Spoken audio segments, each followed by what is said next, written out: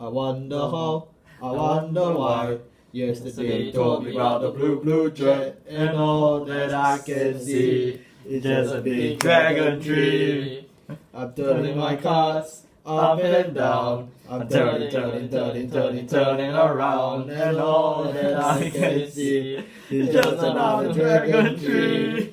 Hey, what's going on, guys? RZ4 here. Today we are back to talk about the worst deck in Dbt09. Copium! The Dragontree. And yeah, as you probably guessed, I just can't afford paying 2,500 yen for a piece of Valkyrian fodder. So today we have both Fade of Fourth, and we also have JK Swabber back here to join us. So thank you all both for coming. So today we're going to talk about Dragontree, which is the most controversial deck in Set 9. Dragontree is a very unique way of building a deck because you straight up just, don't play a deck. And then you just put into some guy's nation, and then you laugh at people saying, I stole this from you. But realistically speaking, we've been asking ourselves, what is the best way to play Dragontree? And what are the best combos and stuff you can actually do? So today we are going to be presenting to you Dark States Dragontree. Because, we basically just want to talk about the first way we learn Dragontree, which is through Dark States. And it makes sense. Dark States is home to some of the most expensive staples in the entire game, and it's also the deck where staples just work really well. So we decided why not. Also, we want to ensure that we play into the long running, ability of Dragontree to stall games for very long. So we're actually playing more control tools, which you'll be surprised. There's more generic control in Dark States than in Dragon Empire. So Kidani, you might want to prepare your resignation.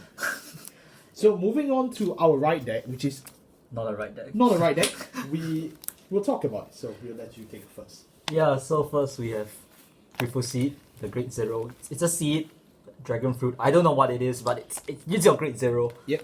So its basic skill is basically you don't actually do anything for your right phase. Instead, during your main phase, you can actually place Start of main phase. Start of main phase, yes. You can actually place one of the 3 calamities you will have in your right deck Into the soul. into the middle. It does not matter which one you put in any order. They doesn't actually say anything. It just has to be different names at the end of the day. Correct, yes. Which there are 3, so you can play because there were calamities in both set 7 and set 10 and set 9. Set 8 and set 9. Set 8 and set 9. Oh, set 8 and set 9. Correct. So you actually have 2 forms of art. So we actually mix them, although you can choose whether you want to play the geographical calamities or the life cycle of the Dragontree.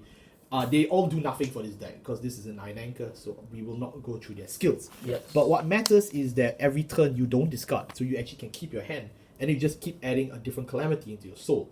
And then, of course, once you actually hit 3 calamities in the soul, you should have just, Vanguard 0 style, just throw them away. Yep. And then you search your deck for Dragontree, and then you ride it. So Yeah, that's the second skill. yeah, basically. that's basically it. And then, of course, when you ride it, you also get the Dragontree markers. Oh yeah, then So there's a whole lot of stuff just going on in general, but we'll explain as it goes along because Dragontree is something you need to one thing to add is that Griphogila actually has the thing is that every time he puts a calamity order into his soul, he actually gets 2k continuous until forever. So which means that he's not just stuck on 6k base, he actually will go up to He the grows. normal Yeah, power grows of up a grade into a of a grade- grade 1 Vanguard and grade 2 Vanguard grows is up into a 8k. grade Okay. So 1 and don't 2 worry, and you won't get rushed by It matches. It basically matches. Yeah, and then It's quite interesting that, I think Vanguard for the longest time always dreamed of what happens if the card just straight up grows up, and the card gaining 2k each strangely solves the entire grade ratio problem, which is yeah, I don't know, man, they already did that. but I guess he grew up into his teenage age. the other interesting No, thing but is that's- that that's for alright. the right for into your Griphogila, which is a grade 10 dragon tree,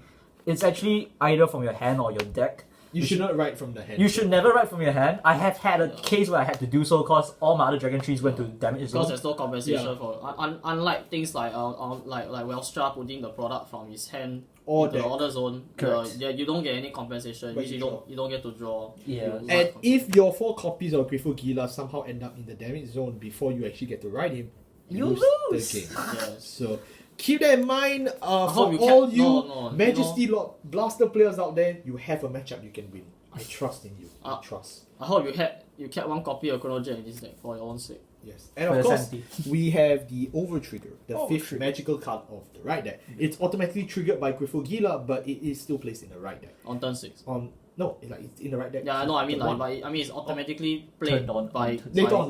Griphogila That's turn way 6. later on, but Yes. it counts in your right deck. So don't actually put this in your main deck. You can still play the same number of triggers. but your over trigger actually counts. So your deck only has 15 triggers in it. Correct. 15 15 triggers. 15 triggers only. Yes. So just keep that in mind. I understand that over triggers is like another very heated topic in Vanguard. You know, where a lot of people hate it. Some people accepted it. You know, it's a way of life. But whether you hate it or not, I'm sorry to tell you, it's in this deck. You know, if you don't like it, don't play it. Go play Jet. Play V. I have to say though, like just a quick note on the over trigger itself in this deck.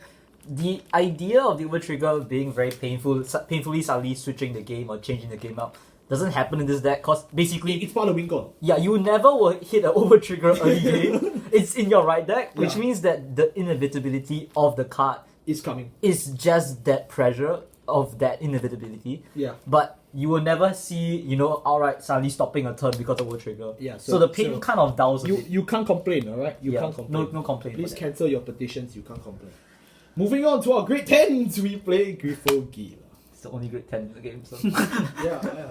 But what happened to all the grades in between? So, yeah, someone wants to do this. I don't feel like talking about it. Griphogila. Okay, so Griphogila has a first skill, continuous skill is basically for every Dragontree marker you have on your rearguard circles, it gets plus 5k. If you have 3 or more of those Dragontree markers, you get additional critical. So the Dragontree is actually spawning markers, which is like its roots in Fessus Cray. Yes. The Dragontree markers, basically, as long as your Vanguard is Griphogila or Masks. then you straight up get to give the unit on that circle 5k. It's half a force, okay? It's half a force. yeah. So it only triggers when you actually reach your big bets, which is either the tree or the tree corrupting one of your favorite units from Vanguard Overdress. So yeah, just completely keep in mind that you can't use this on turn 1 and start beating your opponent in with Rogue Headhunter. It doesn't work. Stop it. Get out of your head. Okay? Correct, yes. It doesn't work. Yeah, so that's the first skill. The second skill is very simple. When this unit attacks a Vanguard, so you need to attack your opponent's Vanguard, you can actually remove one of your calamities from your right deck. They returned.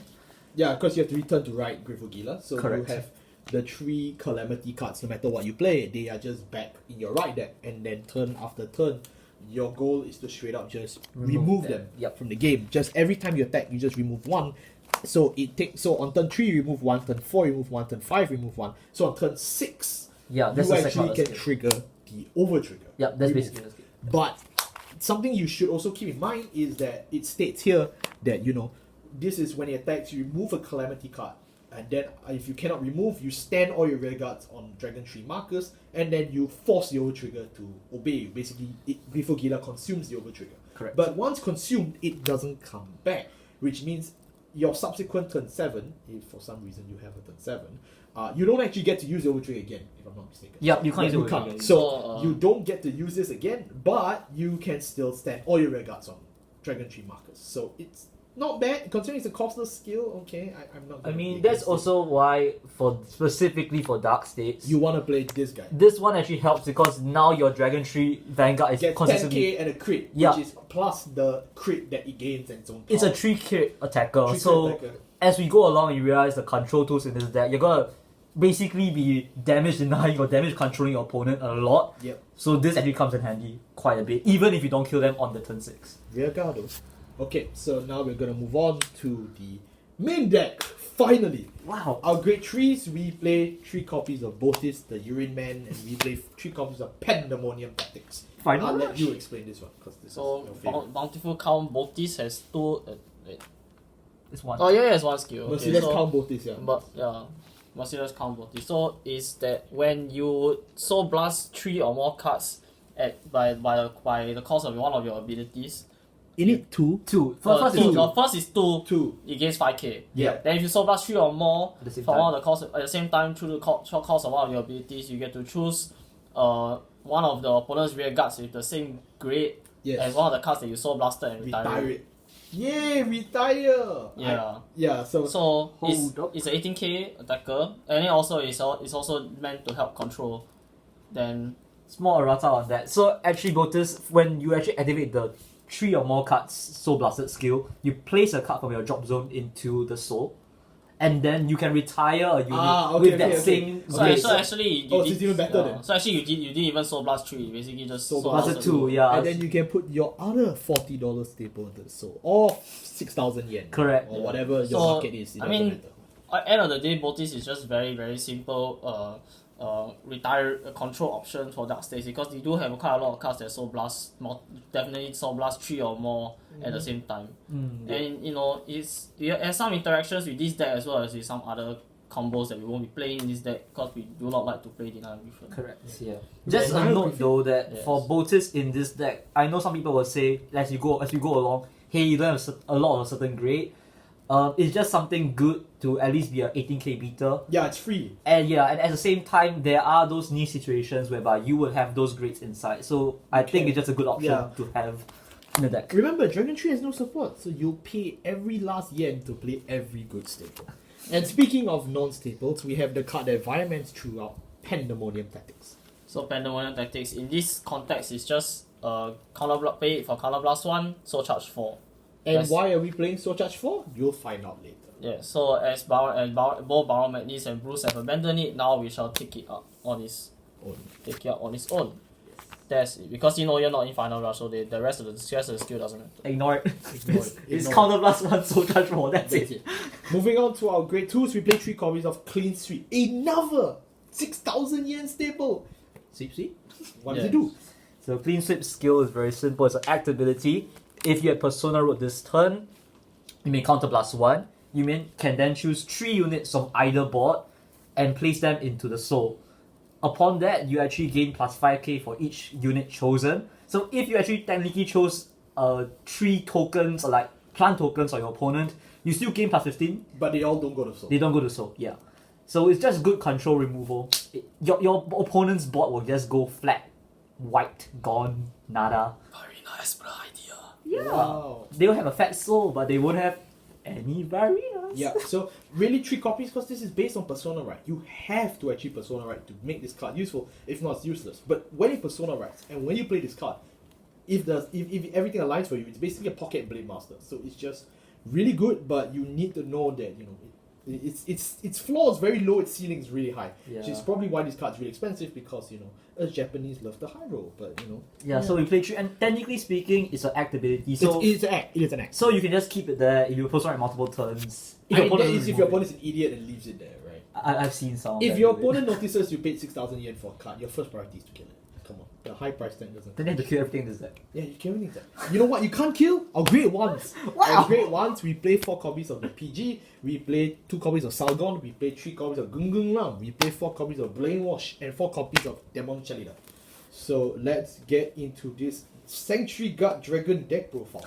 Our grade 1, obviously, we play the PG. You need to survive. You need to live for 7 turns. Pay up. Pay for the perfect guards. Then, of course, we play Gungung Ram. Gungung Ram is another staple from the award-winning deck Chrono Jet Dragon. When played, Soul Charge 1, and then, of course, you can Soul Blast 3 and draw a card. Now, you may be wondering, why don't I play the 7,000 yen staple? Go ahead, Mikani. Well, that's because this card has a second skill. You didn't know? Soul Blast 3 and draw a card. The Soul Blast 3 draw is really to help you considering you already play Pandemonium Tactics, which is why we could even play Botis to begin with. So Gungung Ram straight up indicates to you how this deck works. Is that when we Soul Blast a lot of cards, we can trade them for extra draw and a retire, which is just amazing no matter how you wish to phrase it. There's no way you can tell me it's bad.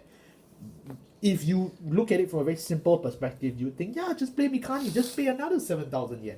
But because of that Soul Blast 3, it really makes or breaks the control plus aspect of Griphogila. Don't forget that Griphogila can straight up zone opponents with extra crits, and the fact that it can potentially restand the entire board if it grows too big. So you want to make sure it grows that big. You're a gardener.